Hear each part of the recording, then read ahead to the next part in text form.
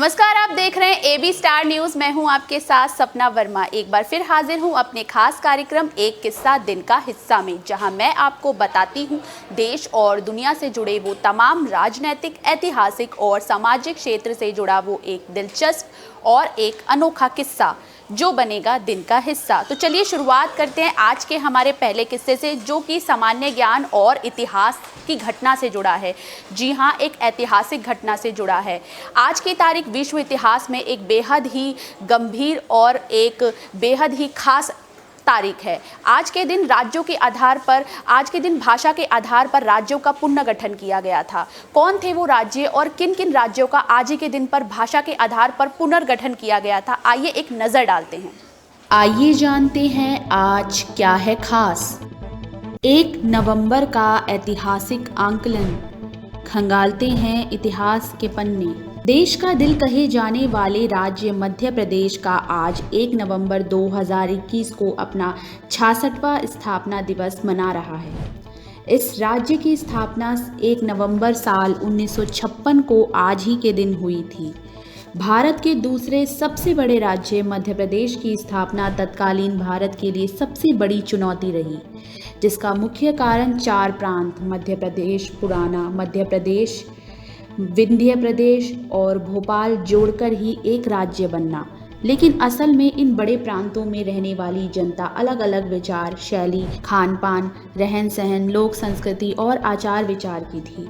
बहुत सी बहस और विचार विमर्श के बाद आखिरकार मध्य प्रदेश बना। पुनर्गठन के पहले इसे मध्य भारत के नाम से जाना जाता था। 1 नवंबर 1956 को मध्य प्रदेश के पहले मुख्यमंत्री के तौर पर पंडित रवि शुक्ल का भाषण सामने आया। 1 नवंबर साल 1956 को ही भोपाल को मध्य प्रदेश की राजधानी के रूप में चुन लिया गया। मध्य प्रदेश के गठन के समय कुल जिलों की संख्या 43 थी। आज मध्य प्रदेश के कुल जिले की संख्या 52 है। वहीं आज छत्तीसगढ़ के लिए भी एक ऐतिहासिक दिन है। आज 1 नवंबर 2021 को वो अपना 21वां स्थापना दिवस मना रहा है। साल 1956 में इस प्रांत का विलय वर्तमान मध्य प्रदेश में कर दिया गया था, लेकिन बाकी राज्यों की तरह मध्य प्रदेश का गठन भाषा आधार पर नहीं हुआ था। तत्कालीन समय में छत्तीसगढ़ समाहित थे और यहाँ सभी लोग छत्तीसगढ़ी और गौंड भाषा बोलते थे, जिसके चलते छत्तीसगढ़ को अलग राज्य बनाने की मांग स्वतंत्रता से पहले ही उठ रही थी, लेकिन तब इसे नज़रअंदाज कर दिया गया था। बाद में 1 नवंबर 2000 में छत्तीसगढ़ का गठन हुआ था, तब अमित जोगी को इसका पहला मुख्यमंत्री बनाया गया। वहीं आज बात अगर पंजाब और हरियाणा की जाए तो इनके लिए भी आज का दिन एक ऐतिहासिक दिन है। आज ही के दिन पंजाब पुनर्गठन विधेयक 1966 के अनुसार 1 नवंबर 1966 को हरियाणा राज्य के रूप में एक नए राज्य का उदय हुआ। अब पंजाबी भाषी सिख पंजाब, हिंदू भाषी हिंदू हरियाणा का हिस्सा बन गए। जहां पहाड़ी बोली जाती थी उस भाग को हिमाचल प्रदेश में मिला लिया गया। पुनर्गठन के समय चंडीगढ़ पर हरियाणा और पंजाब दोनों ने ही अपना अधिकार जताया था, इसीलिए चंडीगढ़ को केंद्र शासित प्रदेश घोषित कर दिया गया, जो दोनों राज्यों की राजधानी के रूप में जाना जाता है। बात अगर कर्नाटक की जाए तो आज कर्नाटक के लिए भी एक ऐतिहासिक दिन है। आज ही के दिन सरकार ने भाषाई आधार पर 1 नवंबर 1956 को स्टेट ऑफ मैसूर की स्थापना की थी और इसमें सभी कन्नड़ भाषी क्षेत्रों को एक ही राज्य में विलय कर दिया। साल 1973 में इसका नाम स्टेट ऑफ मैसूर बदलकर कर्नाटक रख दिया। उस समय राज्य के मुख्यमंत्री देवराज उर्स थे। आपकी जानकारी के लिए बता दें कि वहीं आज केरल के लिए भी एक खास दिन है। भारतीय स्वतंत्रता संग्राम के समय केरल में 2 प्रांतीय राज्य थे, त्रावणकोर राज्य और कोची राज्य। साल 1949 में थिरुकोची नामक राज्य के निर्माण के लिए इन्हें आपस में मिला दिया गया।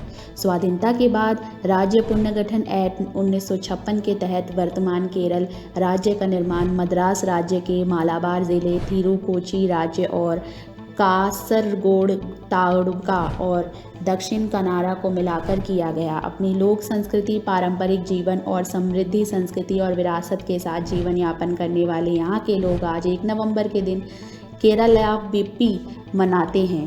कुछ क्षेत्रों में इसे मलयालम दिवस के रूप में भी मनाया जाता है। आइए चलिए जानते बढ़ते हैं हैं हमारे अगले आज किस्से की तरफ, जो कि भारतीय रेलवे से जुड़ा है। जी हाँ, भारतीय रेलवे से। आज ही के दिन साल 1950 को भारत का पहला रेल का इंजन बनकर तैयार हुआ था। जी हाँ, पहला भाप का रेल का इंजन। चलिए नज़र डालते हैं इस पर। भारत में बुलेट ट्रेन से लेकर ड्राइवरलेस ट्रेन तक की बातें होने लगी हैं, लेकिन बहुत कम लोगों को पता है कि आज 1950 में आज ही के दिन चितरंजन रेलवे कारखाने में भारत का पहला भाप का इंजन बनकर तैयार हुआ था। ये बात अलग है कि आज़ाद भारत में तीव्र गति से ट्रेनों की मांगें देखते हुए साल 1971 में चितरंजन रेल कारखाने में भाप इंजनों का निर्माण पूरी तरह से बंद कर दिया गया। उसके बाद यहाँ पर डीजल इंजन बनाए जाने लगे। भारतीय रेल में बदलाव का यह सिलसिला आज भी जारी है। पिछले कुछ समय से भारतीय रेल को उच्च तकनीक से लैस किया जाने और उसमें नए नए बदलाव सामने आ रहे हैं। पहली ये कि रेल की सुविधाएं हवाई यात्रा की तरह उच्च तकनीक से लैस होने के साथ साथ रेल यात्रियों को सीटों की जानकारी मुहैया कराई जाए।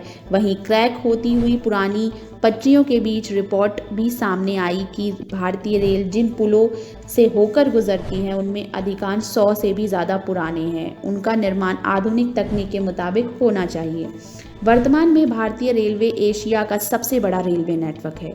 इस दुनिया के दूसरे सबसे बड़े नेटवर्क की भी ख्याति इसे मिली है, जिसे एक ही प्रबंधन अध्ययन चलाया जा रहा है। हर दिन करीब 12,617 ट्रेनों पर 23 लाख यात्री सफ़र करते हैं। भारत में बुलेट ट्रेन। चलिए बढ़ते हैं हमारे आखिरी किस्से की तरफ, जो कि स्वतंत्रता सेनानी दामोदर के निधन से जुड़ा है। जी हाँ, दामोदर मेनन के निधन से जुड़ा है। आज ही के दिन साल 1980 में उनका निधन हुआ था। वो एक ऐसी शख्सियत थी जिन्हें इतिहास के पन्ने पर भुलाना शायद ही मुश्किल है। असहयोग आंदोलन से लेकर सविनय अवज्ञा आंदोलन, तमाम तरह के आंदोलन में उन्होंने बढ़ चढ़कर हिस्सा लिया। आइए एक नज़र डालते हैं उनकी जीवनी पर। दामोदर मेनन का आज ही के दिन साल 1980 को निधन हुआ था। भारत के प्रमुख स्वतंत्रता सेनानियों में से एक थे।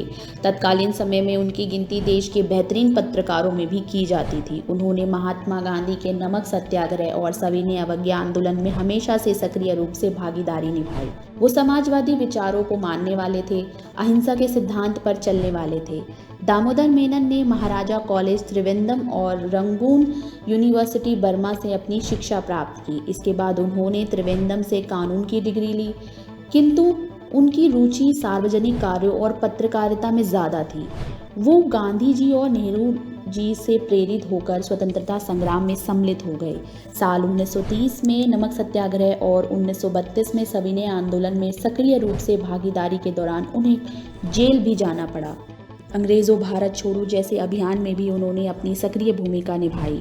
1942 से 45 तक वो जेल में बंद रहे। साल 1948 तक प्रसिद्ध मलयालम दैनिक मातृभूमि के संपादक के रूप में उन्होंने जन जागरण के लिए एक महत्वपूर्ण काम किया। दामोदर मेनन अस्थायी लोक सभा के लिए भी चुने गए थे, पर कांग्रेस से नीतिगत मतभेद हो जाने के कारण साल 1952 से 57 तक वो किसान मजदूर प्रजा पार्टी के सांसद रहे। 1957 के निर्वाचन में पुनः कांग्रेस के टिकट पर केरल विधानसभा के सदस्य चुने गए और सरकार में मंत्री भी बने। साल 1964 में जब मंत्रिमंडल भंग हो गया तो वो पुनः मातृभूमि में पत्र में आ गए। उन्होंने विभिन्न समयों में समदर्शी, स्वतंत्र, काहलम और पावर शक्ति पत्रों का संपादन किया। उनकी गणना केरल के प्रथम कोटि पत्रकारों में होती है। दामोदर। वक्त हो चला है आपसे विदा लेने का। हम फिर मिलेंगे किसी नए किस्से के साथ। तब तक के लिए देखते रहिए एक किस्सा दिन का हिस्सा। शुक्रिया।